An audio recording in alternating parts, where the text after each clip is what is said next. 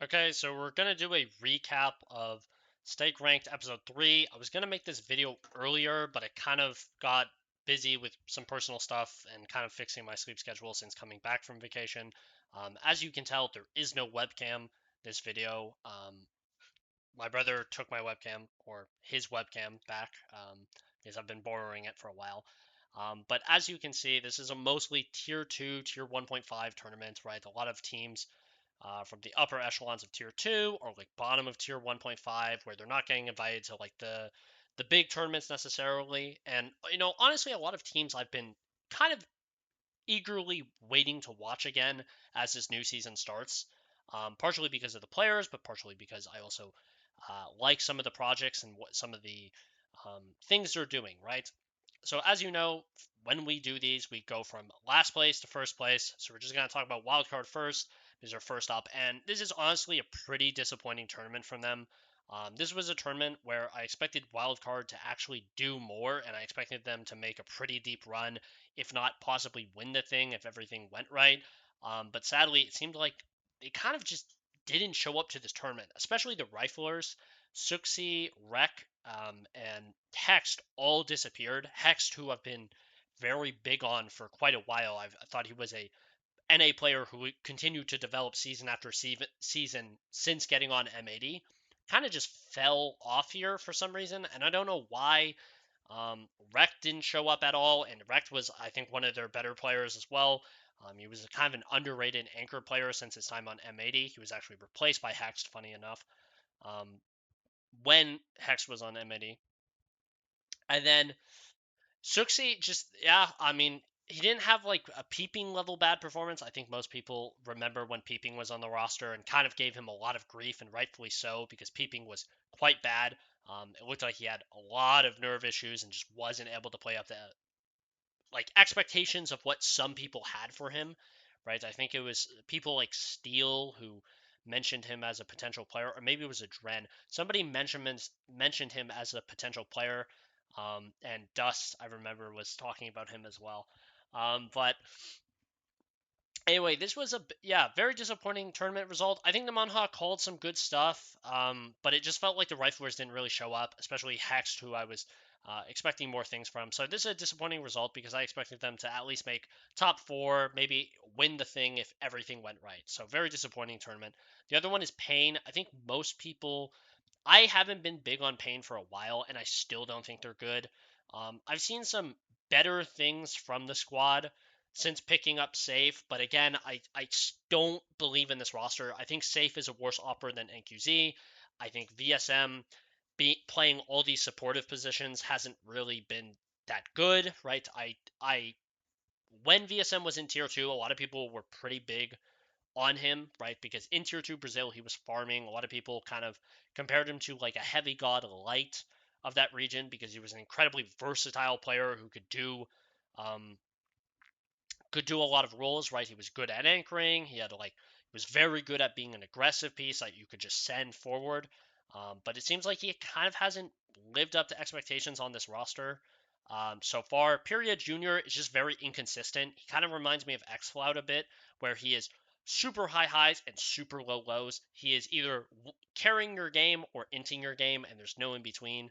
Um, but I think from a player that is that volatile, you should expect that. Snow, I don't rate still. I think Snow hasn't had an uptick in performance, and while I'm a little bit less critical on Snow than I used to be, I still don't think Snow's a great player. He's had a lot of time, and I just haven't seen any development from him.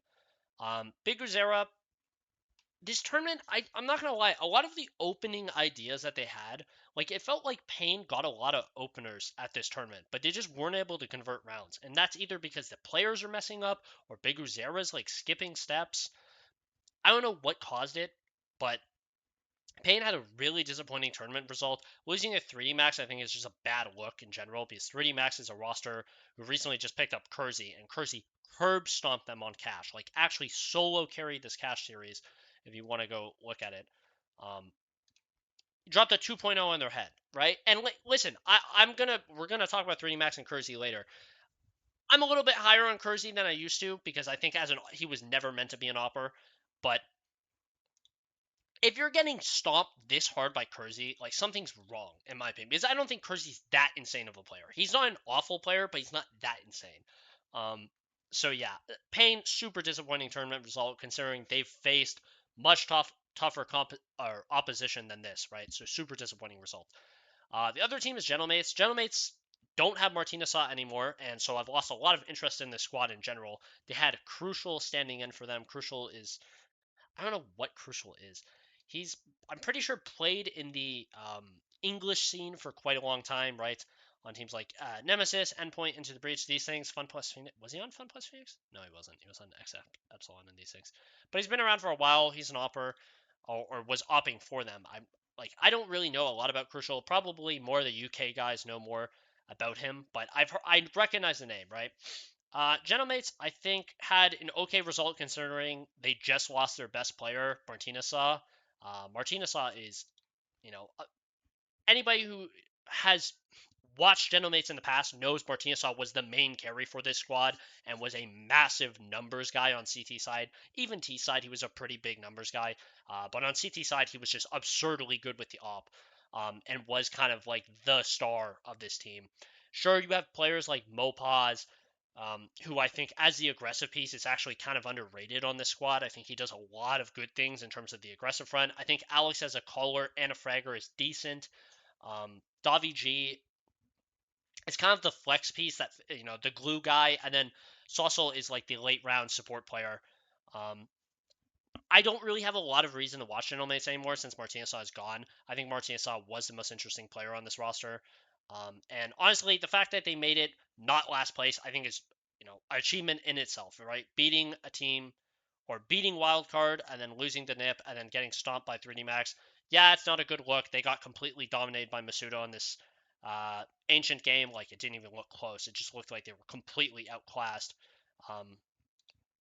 Which is unfortunate in a because I think they're relatively similar, but losing Martinez I think is going to hurt them. And I'm not going to lie, I don't know what this team does. I don't know what Gentlemen's do to really, apparently there's talks of the roster being sold, right? That's why Martinez left. Also because I think Martinez should take a step up in his career at this point. I think he's a good enough player to, and I think he's proved that a bit on this roster. I think he did pretty well at this tournament. But yeah, Gentlemen's are just in a weird spot. Phantom, I think, have a pretty good result. The fact that they don't go last place despite being the lowest, I think they were the lowest VRS ranked team, being like number 72 when this tournament was announced, right? Or when they got invited to the tournament.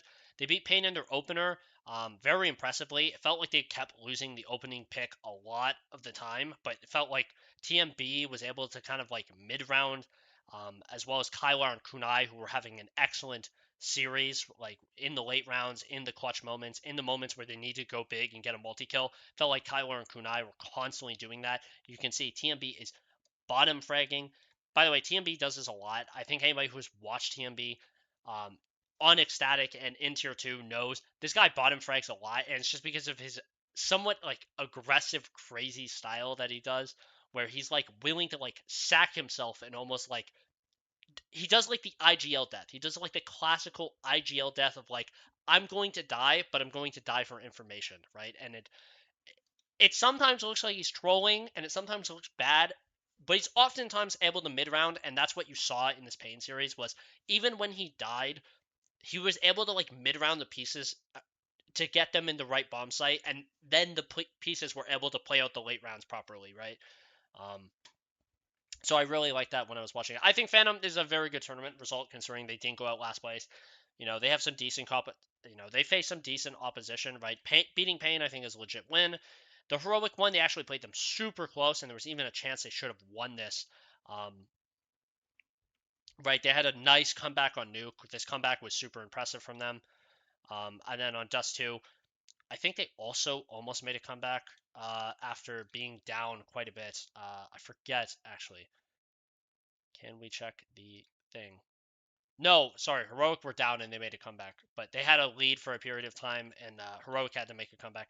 So honestly, I think Phantom could have even beaten Heroic, and we would have saw Heroic in the lower bracket facing off against like K27, right?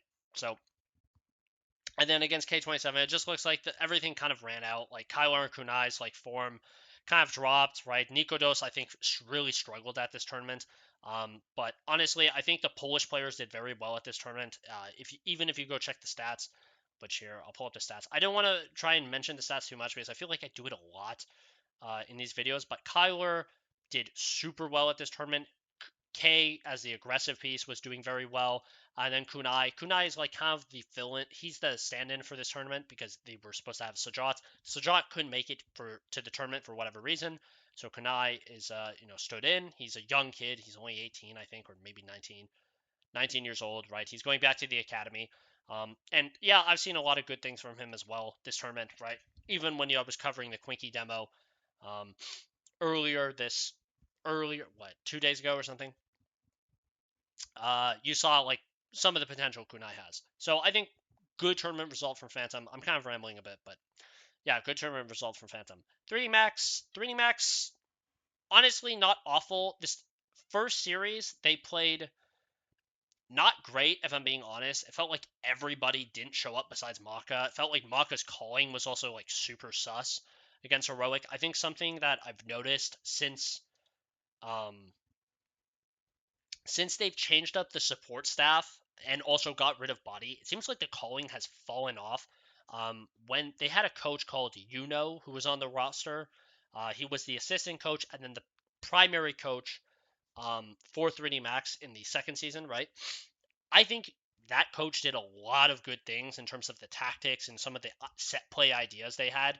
And I think that's like that style of 3D Max, they still have that somewhat super aggressive, chaotic, up up pace, like up tempo set play style, but it seems like a lot of that has kind of fallen off since they lost which was their assistant coach now coach Wasink. I think I don't really have anything negative to say because I understand as a mental guy, I think he does a lot of good things. But I don't know how to feel. I think Kersey has actually been a good addition to this roster, surprisingly. Kersey has transitioned to the rifler role pretty well because they've given him a lot of the star spots. He's playing some of like the more trade fraggy lurk positions, which I think it works very well if that's how you're going to take a guy who was an opper who had so much freedom and you make him like you give him a bit more freedom. You give him more of the late rounds. You give him more of the star position, so he can have some rotation and play those things. And I think Kersey showed some of the potential he does have because I think Kersey at this tournament actually played pretty okay um, for the most part. I hate doing this, but whatever. But I think Kersey played very well, right? Masuda as well. Masuda has been a player I've kind of been high on for a bit since I've seen him actually join 3D Max. I think he is like a soldier who does everything, right? He anchors, he plays aggressively, he's like kind of the entryman. I think Masuda is, sort of underrated in a way. Gravity, I don't hate Gravity. Like people have seen how I've talked about Gravity, and I still think they should have kept Body over Gravity. But Gravity is playing worse roles now, so I kind of have to give him more of a pass than I used to because he is anchoring. He's not playing all the rotator positions anymore. He is kind of filling in the shoes of Exorcise, and I'm completely fine with that. Lucky, I don't know how he gets the numbers he gets sometimes. Like, I feel like this guy almost always gets, like, kind of good numbers despite when you watch his crosshair placement and how he plays. It kind of looks not aesthetically pleasing, but he somehow gets numbers, which is shocking. But yeah, I think 3D Max, in terms of their calling, they've been kind of struggling for a while. I think the players have actually been fine. I think Kersey has been good. I think Masuda, Kersey has been a good addition, but I'm not gonna lie. I think this roster still doesn't have the juice to get back into Tier One tournaments anytime soon. I don't think we're gonna see them in any Tier One tournaments for the rest of this season. And I think honestly, unless they pick up like somebody like Netsu, which I don't know if FaZe wanted to part with Netsu yet, we'll see. Um, I still don't think this roster is going to get much better because I feel like the calling is the problem at this point. I don't think it's necessarily the players, even though the players do struggle to shoot back sometimes, as you saw in this K27 series where all of them got dominated by Jito and Cashlin and Quinky, um, especially Jito. The calling is the main thing that made this team interesting, and when you don't have that, I think you're going to really struggle a lot on the server, right? Because I think Maka as a caller, I'm starting to question a bit more.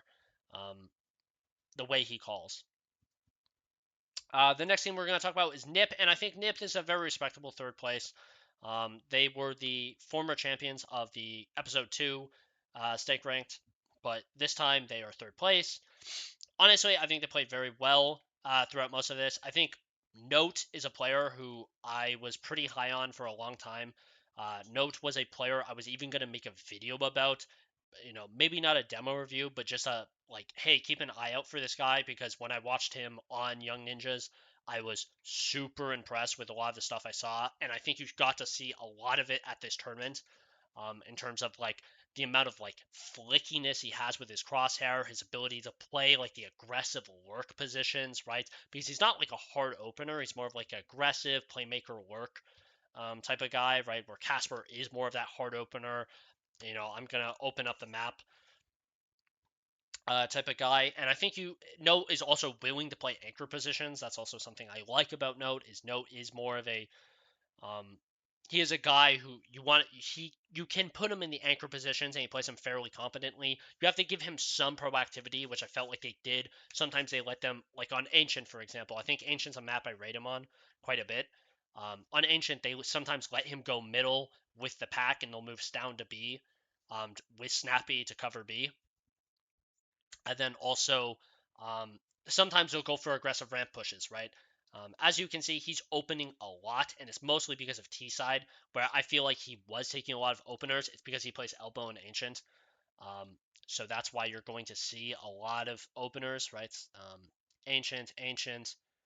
Um, Also on Nuke, he's sometimes going first, right? Quite a bit. So honestly, very happy about Note in terms of his performance at this tournament, because Note is a player who I've been excited to see watch play against better opposition, because I think he does have the potential to be a very good player one day, and I think he's showing it. Stown as well, I think played incredible at this tournament. The calling looks better. I think some of the set plays, Nip are weird because I think the set plays are mostly good. But it's like more of like it does require the players to sometimes shoot, and I think that's the thing you saw with Karin iteration of this squad, and even sometimes at Udrik's iteration of the squad, is they didn't have that like secondary star rifler that could actually like pop heads and like give like snappy actual the set calls actual legs to stand on.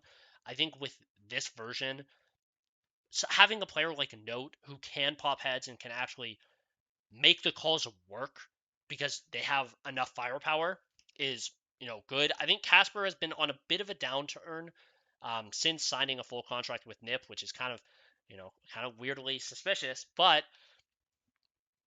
I'm gonna still hold off. Right, Casper is still a player. A lot of people know I really like Casper. I think Shush. This was a slightly worse tournament for him. I think last tournament was better for him in XC Pro League. That tournament was a fucking mess, by the way. I didn't even make a recap of that tournament because I'm not gonna lie, the tournament the tournament was run so poorly, and there were BO1s that I didn't even want to make it. Um, but I think Shush had a bit of a more rough tournament. He had some high impact moments that you typically see in Shush, but I think overall, he had some pretty strugglesome periods. If we just want to go to his stats, right, just to show that I'm not making things up, 0.99 is not too bad for the roles he plays, right? And as you can see, he has some very good maps, right? Despite losing the K27, but he also had some really rough ones, right? With the 3 red in a row, right? That's not a 3 and 12 on Nuke, right? In a map they win is like not ideal. Um, so yeah, I still love Shush as an anchor, still love him as a supportive piece, still think he can be, a great supportive piece for this squad, and I still think they should hold on to him. Snappy, as a caller, as a fragger is poor, but as a caller, I still rate his set pieces. Um, but I do think we are starting to see another caller who is actually quite similar to him, who actually frags better, and I think is starting to like, in my opinion, starting to like show the potential he had on other teams. We'll talk about him when we get to him, but honestly, decent performance from Nip, and we will shout out Stown later when I do another section I've kind of introduced. K27, I think this is very impressive. I think anybody who watched their PGL Astana run where they went out last place. It was kind of unfortunate, but you could also tell there was a lot of nerves in that tournament. People like Cashwin and Jito just didn't show up, and it was basically up to Quinky and Fame to carry the rounds to like even make it close, right? In that Magic series, I even think X5, their IGL, called a better series than S-Fade 8 against Magic, but S-Fade 8 had the better players who didn't choke under pressure, so that's why we kind of saw them win that series. But honestly, at this tournament, I was super impressed with what I saw from K27. Not only from Quinky, who I just made a video about and I'm super hyped about. Like, I actually love him so much. But also Jito and Cashwin, two people I highlighted in my prospects, like top 10 players you should watch for this next season. They're players I rate, and I still rate them. I've noticed more flaws with their gameplay in recent time, but I still think they're very talented players that will be top players for the CIS region in the coming years, right? Because I do think they have a lot of talent. It's just about being more consistent and developing it, right? When we first watched this NIP series, I was like, oh my god, they're going to go out last place again. Because as you saw, the same problems were happening where Jito and Cashway don't really show up. Quinky is carrying. They also had Shelfie standing in, by the way. Not even Clax was here. Clax is their replacement for Fame. He wasn't even here, right? But then they make this lower bracket run where they win against Wildcard. This series was really close, where X5 frags very well. This Phantom series was less close because Jito played insane as well as Quinky, right? I even highlighted Quinky on them in that series in my most recent video, which you should go check out. Maybe there is bugged audio on it. And then against 3D Max, this is what I mean about K27. These guys can frag extremely hard. Like these guys shoot extremely hard on their given day, especially Jito, Cashwood, Quinky. These three shoot so hard for their respective roles. It's kind of insane when they're on. It's just sometimes the decision making is like the questionable thing. I think less so with Quinky. I've actually been more impressed with Quinky's decision making than the other two, but against a team like 3D Max who is kind of underpowered, people like Jito, Cashwood, Quinky are like enough fragging to just shoot them out of the server, right? Like because I don't think they have the tactics to even match up. And then this NIP one, I actually thought they were gonna lose this series, and they could have honestly. NIP could have 2-0'd them had they just taken Mirage. I think Mirage they were even up. They had like a pretty big lead from what I remember, or maybe they were making a comeback. I forget what it was. Um, but this Mirage series was actually rather close. So they made a comeback, right? Or yeah, they were making a comeback because they started rather rough, where they were winning a bunch of T rounds. I remember this, a lot of gun T rounds. They were winning, and then in the overtimes, K27 is able to finally close it out. Uh, I don't think Stound was at fault for that series at all, right? I think Stound played very well in this series overall. Stound was, fucking excellent at this tournament. We will be talking about him. But then they go to the finals and they lose, but it's fairly close, right? Quinky is their best player by far. Quinky had so many high impact multi kill rounds, um, right? And I'm super proud. Like Quinky is a player who I still think like for future like supportive style like CIS prospects, he is one to keep an eye out for, right? Him and Sypho are the two I am super excited to watch as players to continue to develop because I think both of them have um, a decent amount of similarities in their play style. I think Quinky is more aggressive than Sypho. Um, I think Sypho's a little more methodical. Quinky's more of like a flex player who gets the entry. That's also something I've noticed a lot. Quinky entries and just goes first and dies to set up his star rifler in Jito so often. It's kind of insane. On top of that, X5 is kind of like Shelfie was their main lurker at this tournament. That'll probably be Clax at the next tournament. X5 also plays a lot of the playmaking star positions. So when they're going into bomb site executes, Quinky's going first and then Jito's trading. It's kind of weird how they have it, but honestly, it kind of works. I think X5 as a caller has kind of impressed me quite a bit. I think he is a better caller than S Fade 8 from Magic, right? I think K27 comparing K27 to Magic are pretty similar because they're both CIS rosters with young CIS prospects, even though Mats Valentenzi are a bit older. Um, but exciting CIS like teams coming up from tier 2, making their way into like tier 1.5, almost tier 2, top of tier 2, right? Um, but honestly, very good tournament from K27. And now talking about Heroic, new look Heroic with Brolin and Martinez Saw.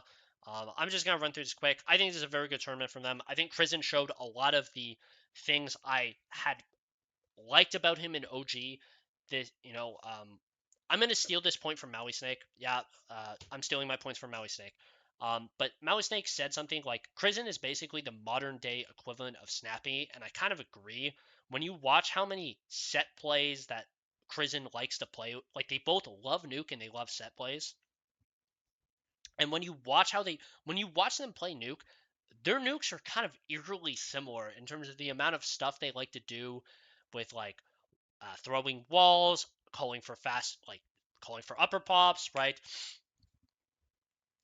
Their ability to mid round off their set plays, right? I think there's a lot of similar things about them. They also are willing to go first and just sometimes be the entryman. Take a Mac 10 and just go first. Something also interesting about Heroic is that Brolin has he hasn't really taken all the star spots. He's taken like some decent positions, but he's playing more of like the Mel's Brolin, right? Before he was IGL, more of that like tertiary, like that secondary, like not even secondary, but tertiary star in terms of resources. He's like the supportive piece, not the hard support, but the supportive piece. And he's kind of like playing some extremity lurk positions, some anchor spots, maybe gets an occasional rotator spot. And I think that's kind of interesting. I'm not a fan of it. I would prefer if he was in more of the star spots. But honestly, Krizen has been doing well in the star spots. They've moved Krizen and Susp to more of the star spots, and I think that has been good. Susp has been hard opening. I think Susp had a very good tournament.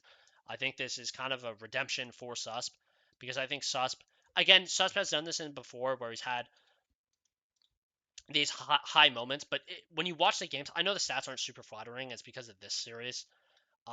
But when you watch the series and like some of the high impact rounds he has, where he just gets a very important multi kill or gets the opener, I think Susp actually played rather well at this tournament. He also still plays some of his more anchor spots, like hard anchor spots, like Biaps on Mirage. Um, right, so I think Susp did very good at this tournament. I think Brolin struggled a little bit, but I think it's mostly adjusting to tier two, adjusting to a new team, right, new environment. Martinez Saw, considering his English is a bit like limited from what I've seen based on the interviews, I think he did very well at this tournament, considering like new team, new environment, first international roster, really. I think Martinez Saw did very well. And then Nilo, of course, we will be talking about Nilo later.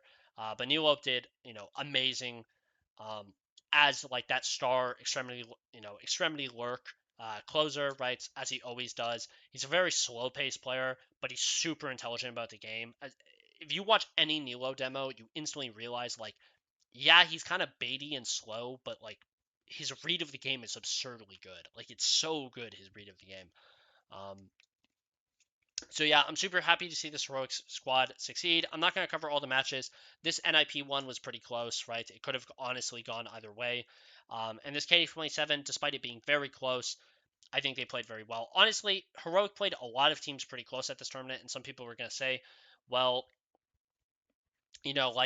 does that mean it's kind of like a bit of a fluke, right? Like it could have went the other way. But honestly, considering this is their first um, tournament as an official roster, right? There's not a lot of time um, with this roster. I think this is a very good like result. And now we're going to our new segment. Oh yeah, and just to show VRS, right? We're gonna start seeing teams like NIP and Heroic, and maybe even K27 probably be in the invites for tier 1.5 tournaments, probably like some of the PGLs pretty soon because of this. But doing this new segment where I want to talk about like MVPs and like because honestly, this tournament isn't going to get an MVP. You know, there is no HLTV MVP for this tournament, right? So I just want to like kind of shout out. I think the very clear MVP is Nilo because yes, his team did win, and I think he played very well. Right, the amount of late round impact he was having, the consistency of the fragging he has. Right, like on CT side, he frags very well for playing like some of the some anchor spots, some secondary lurk or some secondary star positions. I think he frags super well, and his late round impact in T sides, you know, the guy is like a beast in terms of like late round impact. So like I'm a super big fan of Nilo, and I've been a super big fan of him for a while. So I think he 100%. Like if I was giving an MVP, I would give it to Nilo. The other one is obviously Quinky. I think Quinky had a stellar tournament.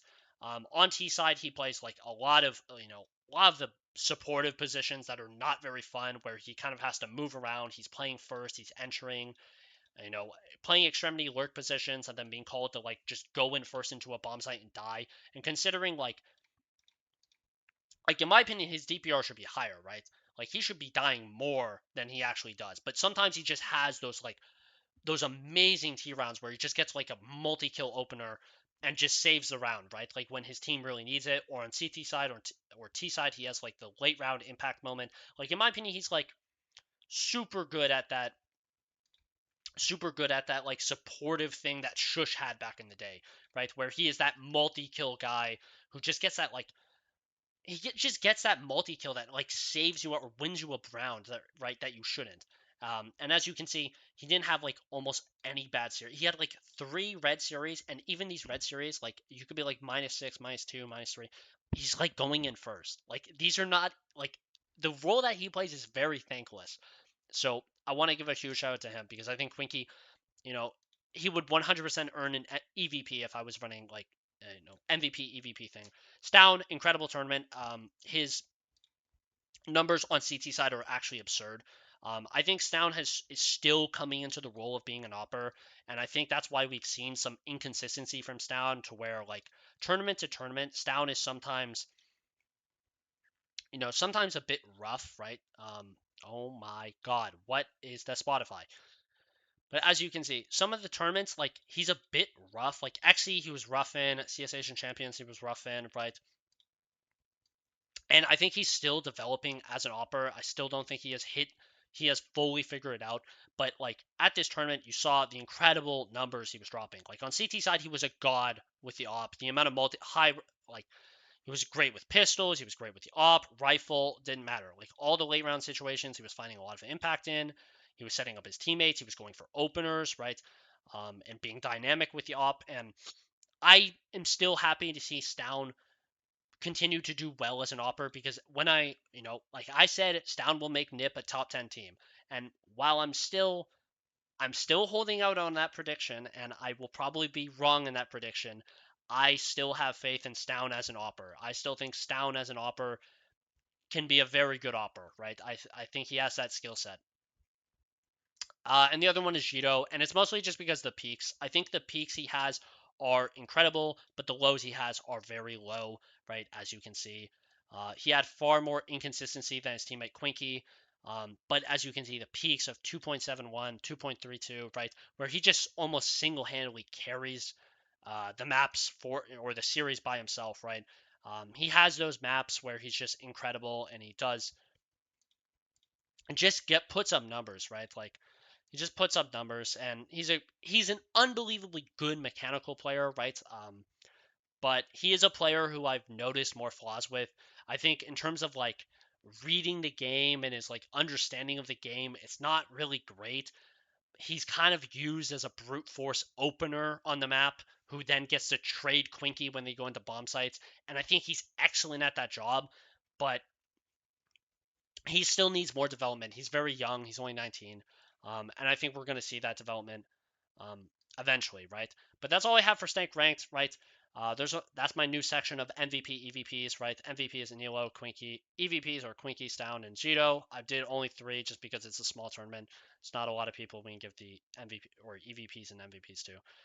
But hopefully you enjoyed it. No cam this time. I'll probably add like, you know, a little picture in the corner just so you have something to look at other than an HLTV page. But thank you for watching. I'm probably going to try and make more content um, even today, right after this video is made, because I've kind of been slacking on content since I did go on vacation, but even afterwards I was kind of like being lazy and not really doing my job. I'm just happy that CS is kind of coming back. Blast is supposed to happen very soon. It's supposed to happen tomorrow for me.